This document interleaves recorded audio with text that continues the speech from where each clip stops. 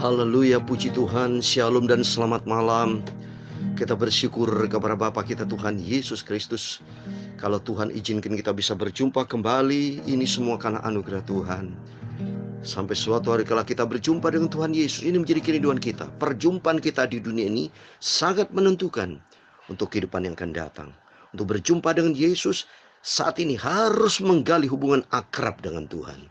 Seperti hubungan kita di dunia ini, kalau sudah akrab dengan sahabat kita, teman kita, kita bisa ke rumah dia ya, karena hubungan kenal, akrab ya. Kalau cuma kenal sekali belum tentu bisa. Tapi kalau kita hubungan dan akrab, kita bahkan bisa bermalam. Apalagi nanti kerinduan kita di surga harus akrab intim dengan Yesus, hidup menyenangkan hati Tuhan. Karena itu yang menjadi kerinduan Tuhan. Karena Tuhan itu begitu ajaib. Dia Yesus luar biasa, senantiasa memberkati hidup kita, memelihara hidup kita. Hari demi hari kita bisa berjumpa biarpun di dalam pertemuan di udara ya, karena suatu hari kelak kita bertemu dengan Tuhan di udara ya. Ya, oleh karena itu mari Bapak Ibu semua kita mau setia sama Tuhan, kita mau cinta Tuhan, semangat kita untuk selalu bergaul karib dengan Tuhan. Saya Pastor Yakub Rahmat akan menyanyikan sebuah pujian. Bapakku ajaib segala rancangan Tuhan. Karena rancangan Tuhan bukan rancangan kecelakaan, tapi rancangan damai sejahtera, masa depan yang penuh harapan. Amin. Puji Tuhan. Tuhan memberkati kita semua. Bapakku, haleluya, ajaib segala rancangan-Mu. Amin, haleluya. Tuhanku, haleluya, heran perbuatan-Mu. Engkau sanggup mengadakan segala yang ku perlukan, menurut kehendak-Mu terjadilah. Amin, haleluya. Bapakku, haleluya, ajaib segala rancangan-Mu. Amin, haleluya. Tuhanku, haleluya, heran perbuatan-Mu. Amin, haleluya. Engkau sanggup mengadakan segala yang ku perlukan, menurut kehendak-Mu terjadilah. Haleluya.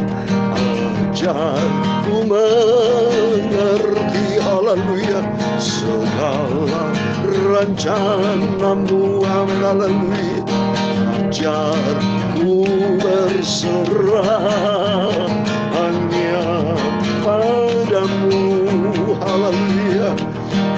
Pimpinlah jalanku, haleluya, dalam terang firman-Mu. Haleluya. Ajar ku berharap hanya padamu. Amin, haleluya. Ajar ku mengerti, haleluya, segala rencana-Mu. Haleluya. Ajar ku berserah hanya padamu. Amin, haleluya. Tuhanku, heran perbuatan-Mu. Amin, haleluya. Engkau sanggup mengadakan segala yang ku perlukan, menurut, haleluya, kehendak-Mu terjadilah. Amin, haleluya. Ajar ku mengerti, mari kita mengerti segala rencana Tuhan. Haleluya. Ajar ku berserah hanya padamu. Amin, haleluya. Pimpinlah jalanku, amin, haleluya, dalam terang firman-Mu. Haleluya. Ajar ku berharap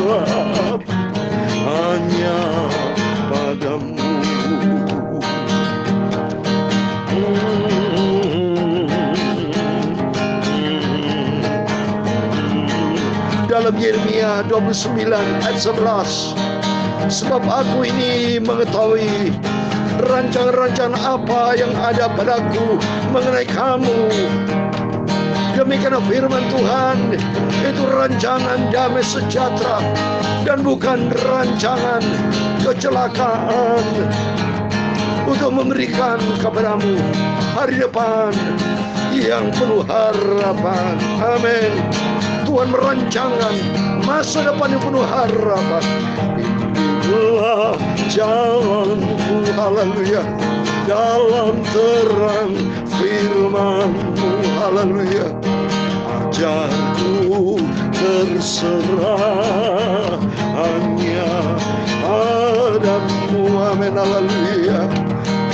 Pimpinlah jalanku, amin, haleluya, dalam terang firman-Mu, haleluya. Ajarku berserah hanya padamu. Ajarku berserah hanya pada Tuhan Yesus. Ajarku berserah pada Tuhan Yesus. Amin, haleluya. Tiap hari, setiap saat, kita serahkan semua kekhawatiran kita, semua pergumulan kita, semua rencana kita, semua aktivitas kita, semua ke dalam tangan Tuhan. Karena hidup kita berasal dari Tuhan. Semuanya berasal dari Tuhan. Kita tidak bisa nyelonong sendiri, tidak bisa bekerja sendiri. Tanpa kekuatan dan hikmat dan tanpa pimpinan Tuhan, kita akan menemukan jalan yang dikatakan kegagalan, jalan buntu. Tapi kalau bersama dengan Tuhan, saya yakin pasti Tuhan buka jalan. Karena Yesus Allah yang kita sembah adalah Bapa yang baik. Yesus Kristus adalah Tuhan yang maha adil, maha agung, maha sempurna, maha bijaksana, maha segala-galanya. Tuh, mari kita serahkan semua ke dalam tangan Tuhan dan belajar kita mengerti apa yang menjadi rencana Tuhan dalam hidup kita. Amin, puji Tuhan. Mari kita kembali kepada firman Tuhan. Kita puji Tuhan saat ini supaya kita bisa berakhir Kisah Rasul pasal 23, supaya kita selesai, supaya besok kita memasuki pasal 24. Karena Kisah Rasul ada 28 pasal, Bapak ya. Ada 1026 ayat ya. Supaya kita makin hari kita mau diisi dengan firman Tuhan, dipenuhi dengan Roh Kudus, dipenuhi dengan kuasa firman Tuhan. Hidup penuh tantangan, kita tidak kuat menghadapi dunia ini tanpa pimpinan Roh Kudus. Biar rencana Tuhan yang sempurna jadi dalam hidup kita. Mari saya mau baca Kisah Rasul pasal 23 ayat 12. Demikian firman Tuhan. Dan setelah hari siang, orang-orang Yahudi mengadakan komplotan dan bersumpah dengan mengutuk diri bahwa mereka tidak akan makan atau minum sebelum mereka membunuh Paulus. Jumlah mereka yang mengadakan komplotan itu lebih daripada 40 orang. Mereka pergi kepada imam-imam kepala dan tua-tua bangsa Yahudi dan berkata, kami telah bersumpah dengan mengutuk diri bahwa kami tidak akan makan atau minum sebelum kami membunuh Paulus.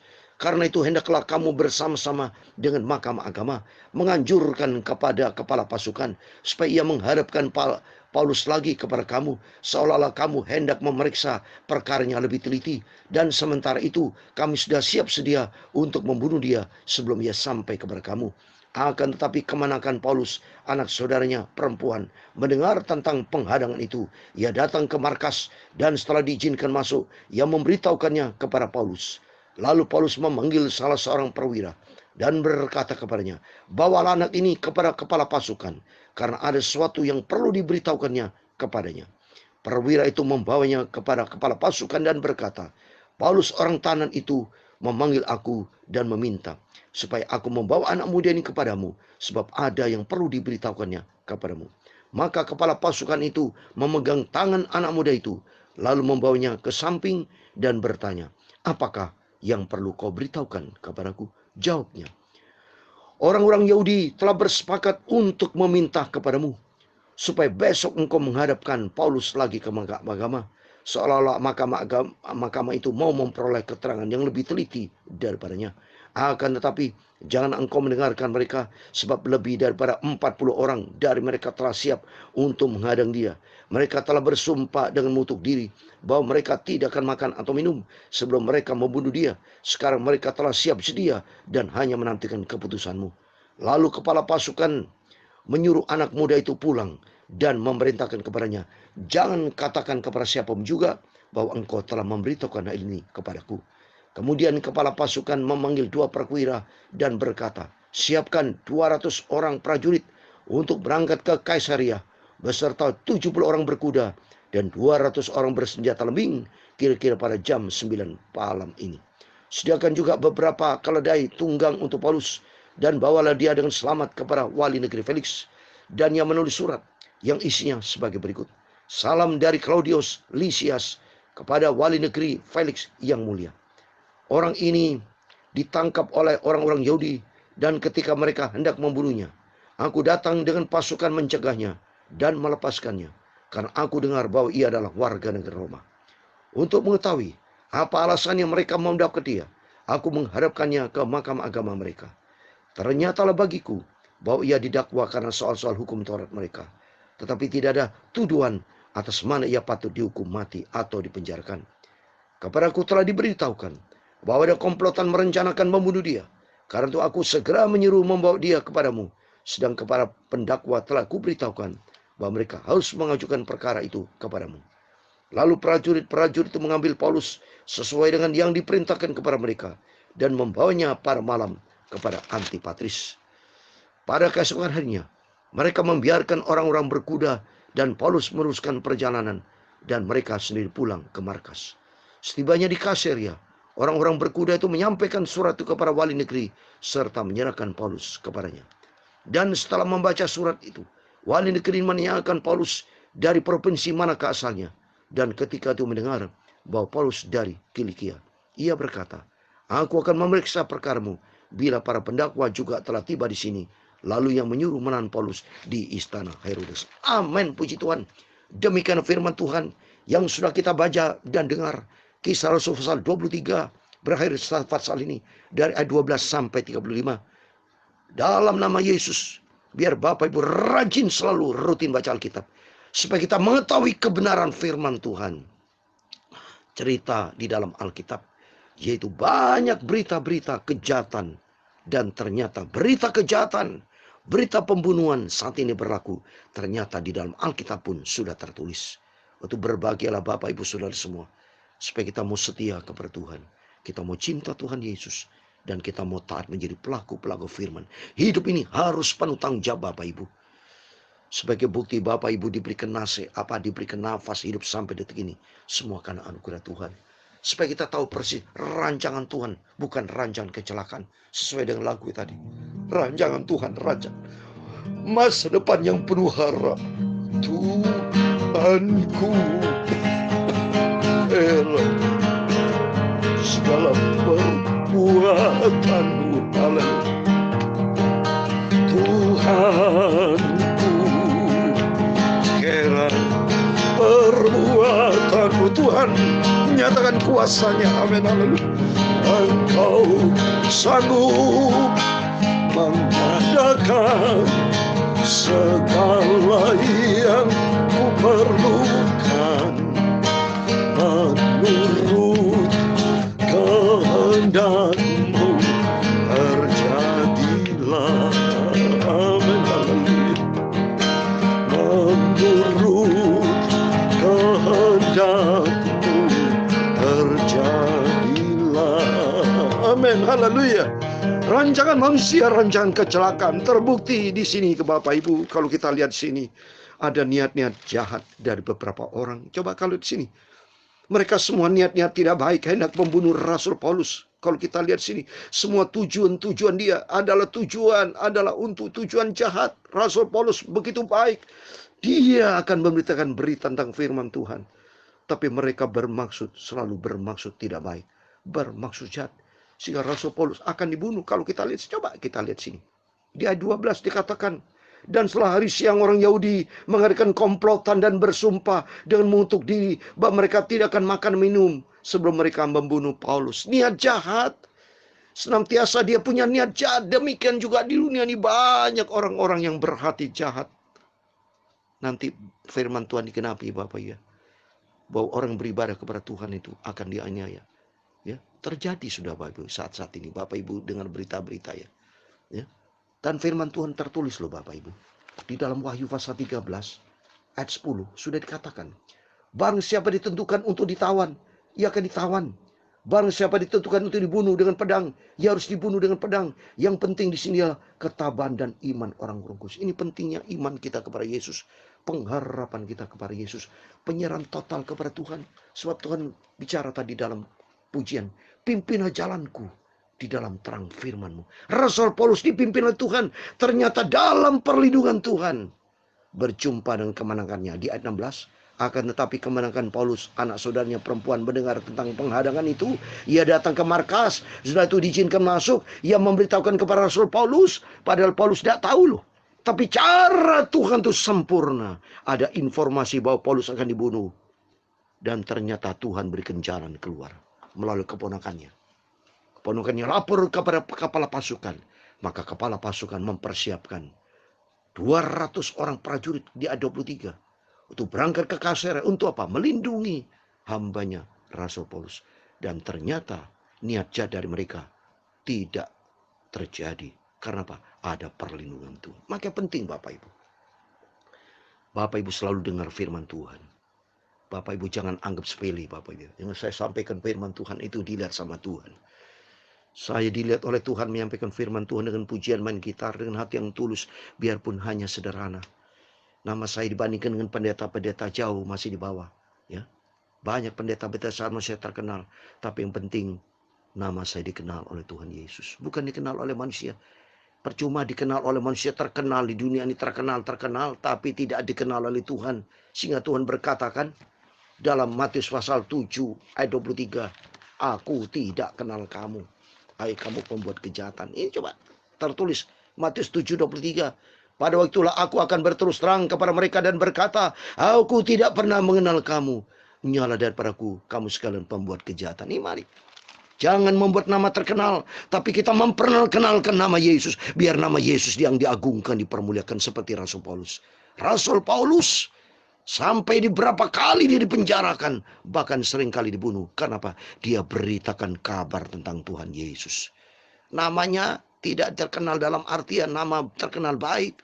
Tapi Rasul Paulus selalu dijelek-jelekkan namanya. Selalu dihujat. Padahal Rasul Paulus memberitakan kebenaran tentang Tuhan Yesus. Tapi diputar balik dengan orang-orang Yahudi yang begitu jahat. Sampai mau dibunuh, disengsara, dinista, penistaan agama. Dianggap seperti dipenjarakan. Padahal sebetulnya Rasul Paulus berita tentang kebenaran tentang Yesus. Tidak layak seperti ada tulis ini di ayat 29, 30. Ya.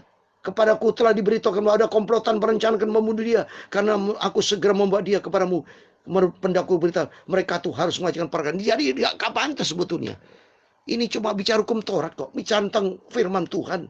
Tapi seolah dia 29 ternyata bagiku bahwa ia ada didakwa karena soal hukum Taurat. Tetapi tidak ada tuduhan atas mana ia patut dihukum mati atau penjara. Tidak cocok Babe. Tapi tentang berita tentang Yesus. Tapi memang Alkitab sudah mengatakan.